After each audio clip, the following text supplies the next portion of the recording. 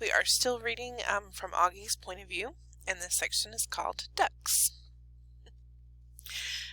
The day before the last day of school, Mr. Tushman called me into his office to tell me they had found out the names of the 7th graders from the nature retreat. He read off a bunch of names that didn't mean anything to me, and then he said the last name, Edward Johnson. I nodded. You recognize the name, he said. They called him Eddie. Right. Well, they found this in Edward's locker. He handed me what was left of my hearing aid headband. The right piece was completely gone, and the left one was mangled. The band that connected the two, the Lobot part, was bent down the middle. His school wants to know if you want to press charges, said Mr. Tushman. I looked at my hearing aid. No, I don't think so, I shrugged. I'm being fitted for new ones anyway. Why don't you talk about it with your parents tonight? I'll call your mom tomorrow to talk about it with her too. Would they go to jail? I asked. No, not jail, but they'd probably go to juvie court, and maybe they'll learn a lesson that way. Trust me, that Eddie kid is not learning any lessons, I joked. He sat down behind his desk. Augie, why don't you sit down a second? He said. I sat down. All the things on his desk were the same as when I first walked into his office last summer. The same mirrored cube, the same little globe floating in the air. That felt like ages ago. Hard to believe this year's almost over, huh? He said, almost like he was reading my mind. Yeah. Has it been a good year for you, Augie? Has it been okay? Yeah, it's been good, I nodded. Well, I know academically it's been a great year for you. You're one of our top students. Congrats on the high honor roll. Thanks. Yeah, that's cool. But I know it's had its share of ups and downs, he said, raising his eyebrows. Certainly that night at the nature reserve was one of the low points. Yeah, I nodded. But it was also kind of good, too. In what way? Well, you know how people stood up for me and stuff? Yeah, that was pretty wonderful, he said, smiling. Yeah. I know in school things got a little hairy with Julian at times. I have to admit he surprised me with that one. You know about that stuff? I asked him. Middle school directors have a way of knowing about a lot of stuff. Do you have, secret security cameras in the hallways? I joked. And microphones everywhere, he laughed. No, seriously? He laughed again. No, not seriously. Oh, but teachers know more than kids think, Augie. I wish you and Jack could come to me about the mean notes that were left in your lockers. How do you know about that? I said. I'm telling you, middle school directors know all. It wasn't that big a deal, I answered. And we wrote notes, too. He smiled. I don't know if it's public yet, he said, though it will be soon anyway, but Julian Albans is not coming back to Beecher Prep next year. What? I said. I honestly couldn't hide how surprised I was. His parents don't think Beecher Prep is a good fit for him, Mr. Tushman continued, raising his shoulders. Wow, that's big news, I said. Yeah, I thought you should know. Then suddenly I noticed that the pumpkin portrait that used to be behind his desk was gone, and my drawing, my self-portrait as an animal that I drew for the New Year art show, was now framed and hanging behind his desk. Hey, that's mine, I pointed. Mr. Tushman turned around like he didn't know what I was talking about. Oh, that's right, he said, tapping his forehead. I've been meaning to show you this to you for months now. My self-portrait as a duck, I nodded. I love this piece, Augie, he said. When your art teacher showed it to me, I asked her if I could keep it for my wall. I hope that's okay with you. Oh, yeah, sure. What happened to the pumpkin portrait? It's right behind you. Oh, yeah, nice. I've been meaning to ask you since I hung this up, he said, looking at it. Why did you choose to represent yourself as a duck? What do you mean? I answered. That was the assignment. Yes, but why a duck? He said. Is it safe to assume that it was because of the story of, the ugly duckling that turns into a swan? No, I laughed, shaking my head. It's because I think I look like a duck.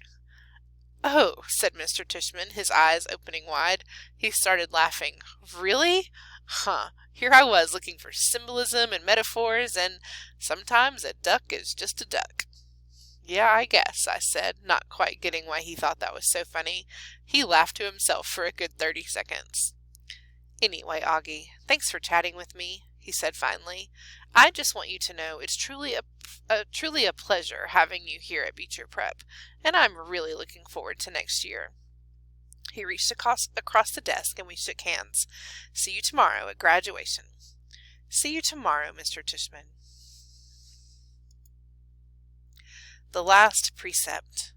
This was written on Mr. Brown's chalkboard when we walked into English class for the last time. Mr. Brown's June precept.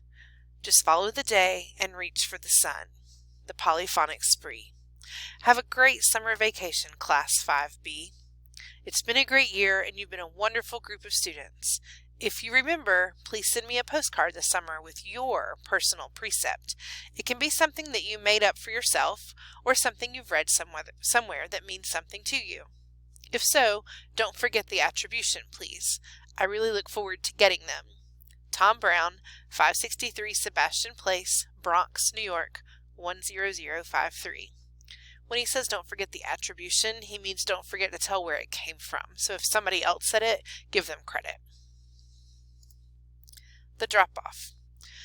The graduation ceremony was held in the Beecher Prep Upper School Auditorium. It was only about a 15-minute walk from our house to the other campus building, but Dad drove me because I was all dressed up and had on new shiny black shoes that weren't broken in yet, and I didn't want my feet to hurt. Students were supposed to arrive at the auditorium an hour before the ceremony started, but we got there even earlier, so we sat in the car and waited. Dad turned on the CD player and our favorite song came on. We both smiled and started bobbing our heads to the music. Dad sang along with the song, "Andy, would you bicycle across town in the rain to bring you candy?" "Hey, is my tie on straight?" I said. He looked and straightened it a tiny bit as he kept on singing, "And John would buy the gown for you to wear to the prom." "Does my hair look okay?" I said. He smiled and nodded. "Perfect," he said. "You look great, Augie." "Via put some gel in it this morning," I said, pulling down the sun visor and looking in the little mirror. "It doesn't look too puffy?" "No, it's very, very cool, Augie. I don't think you've ever had it this short before, have you?" "No, I got it cut yesterday. I think it makes me look more grown up, don't you?" "Definitely." He was smiling, looking at me and nodding. "But I'm the luckiest guy on the Lower East Side 'cause I got wheels and you want to go for a ride." "Look at you, Augie," he said, smiling from ear to ear. "Look at you, looking so grown up and spiffy. I can't believe you're graduating from the 5th grade." "I know, it's pretty awesome, right?" I nodded. "It feels like just yesterday that we started." "Remember I still had that Star Wars braid hanging from the back of my head?" "Oh my gosh, that's right," he said, rubbing his palm over his forehead. "You hated that braid, didn't you, Dad?" "Hate is too strong a word, but I definitely didn't love it." "You hated it. Come on, admit it," I teased. "No, I didn't hate it," he smiled, shaking his head. "But I will admit to hating that astronaut helmet you used to wear. Do you remember?" "The one Miranda gave me? Of course I remember. I used to wear that thing all the time." "Good grief, I hated that thing," he laughed, almost more to himself. "I was so bummed when it got lost," I said. "Oh, it didn't get lost," he answered casually. "I threw it out." "Wait, what?" I said. I honestly didn't think I heard him right. "The day is beautiful and so are you," he was singing. "Dad," I said, turning the volume down. "What?" he said. "You threw it out?" He finally looked at my face and saw how mad I was. I couldn't believe he was being so matter-of-fact about the whole thing. I mean, to me, this was a major revelation, and he was acting like it was no big deal.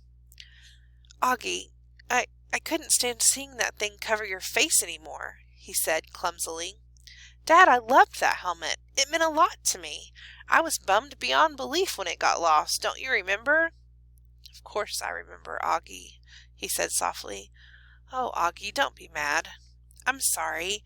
I just couldn't stand seeing you wear that thing on your head anymore, you know? I didn't think it was good for you." He was trying to look me in the eye, but I wouldn't look at him. "Come on, Augie, please try to understand," he continued, putting his hand under my chin and tilting my face toward him. You were wearing that helmet all the time, and the real truth is, I missed seeing your face, Augie. I know you don't always love it, but you have to understand. I love it. I love this face of yours, Augie, completely and passionately. And it kind of broke my heart that you were always covering it up. He was squinting, like he really wanted me to understand. Does Mom know? I said. He opened his eyes wide. No way. Are you kidding? She would have killed me. She tore the place apart looking for that helmet, Dad, I said. I mean, she spent like a week looking for it in every closet, in the laundry room, everywhere. I know, he said, nodding. That's why she'd kill me. And then he looked at me, and something about his expression made me start laughing, which made him open his mouth wide like he just realized something. Wait a minute, Augie, he said, pointing his finger at me. You have to promise me you will never tell Mommy anything about this. I smiled and rubbed my palms together like I was about to get very greedy. Let's see, I said, stroking my chin.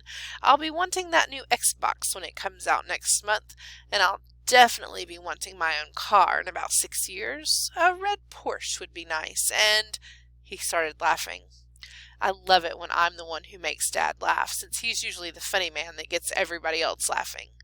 Oh boy, he said, shaking his head. You really have grown up.